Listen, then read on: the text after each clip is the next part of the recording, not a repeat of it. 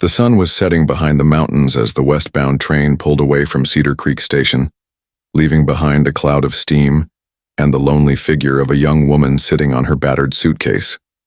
Isabella Martinez clutched a crumpled letter in her hands, the formal rejection that had arrived just moments before the train's departure. Her intended husband had changed his mind, deciding that a Mexican bride was not suitable for his position in the community.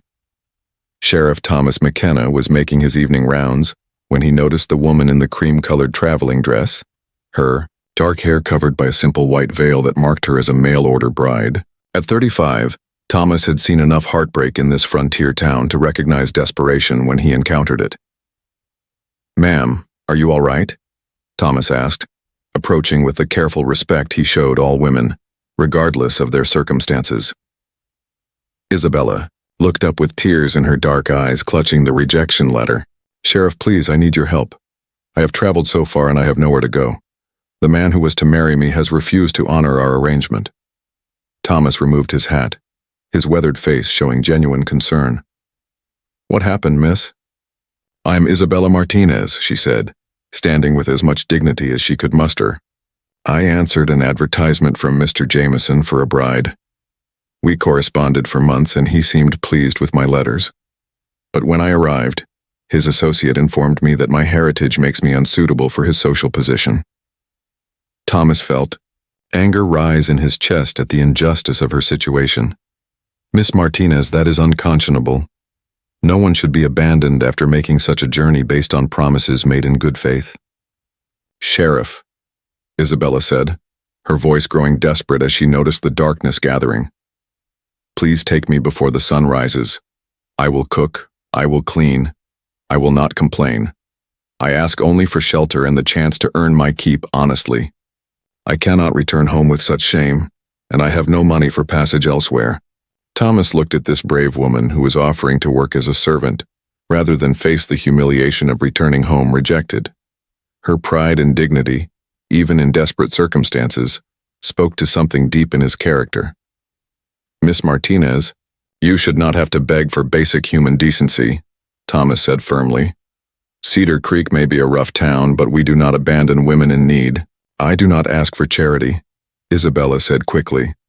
"I am educated. I can read and write in both Spanish and English. I have taught children, and I can manage household accounts.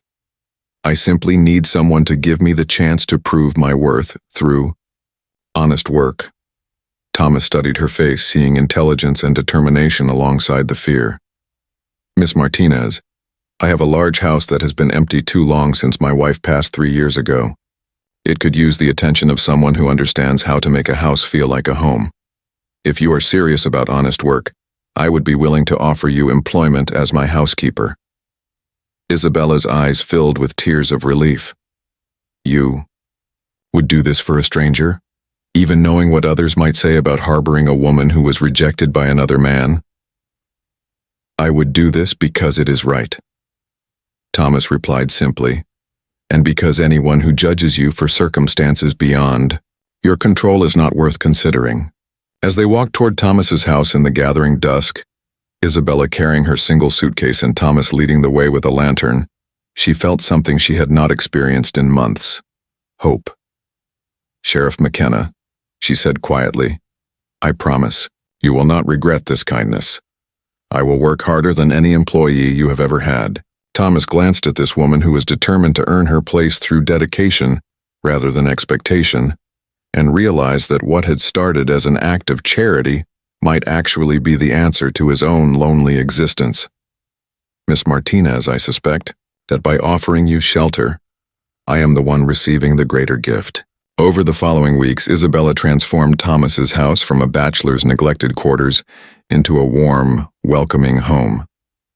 She cooked meals that filled the house with wonderful aromas, organized his papers with efficient precision, and brought a sense of life and purpose to rooms that had been empty for too long. More importantly, their evening conversations over dinner revealed a meeting of minds that neither had expected.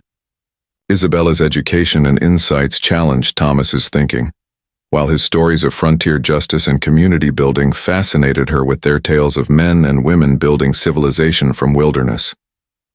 "Isabella," Thomas said one evening, as they sat on his porch watching the stars. "I need to tell you something. When I offered you employment, it was out of duty and compassion. But somewhere along the way, this arrangement has become something much more meaningful to me." Isabella set down her sewing and looked at him with the direct gaze that had drawn him from their first meeting. "What are you saying, Thomas?" "I am saying that you have brought more joy and purpose to my life than I have felt since my wife died. I am saying that what began as charity has become partnership, and partnership has become something that feels very much like love." Isabella felt her heart race at his words. "Thomas, I came here as a rejected bride, desperate for any shelter. Are you certain you are not simply feeling obligated to care for someone you rescued?" Thomas reached for her hand, his calloused fingers gentle against her work-worn ones. "Isabella, I rescued a stranger in need, but you have rescued me from years of loneliness and purposelessness.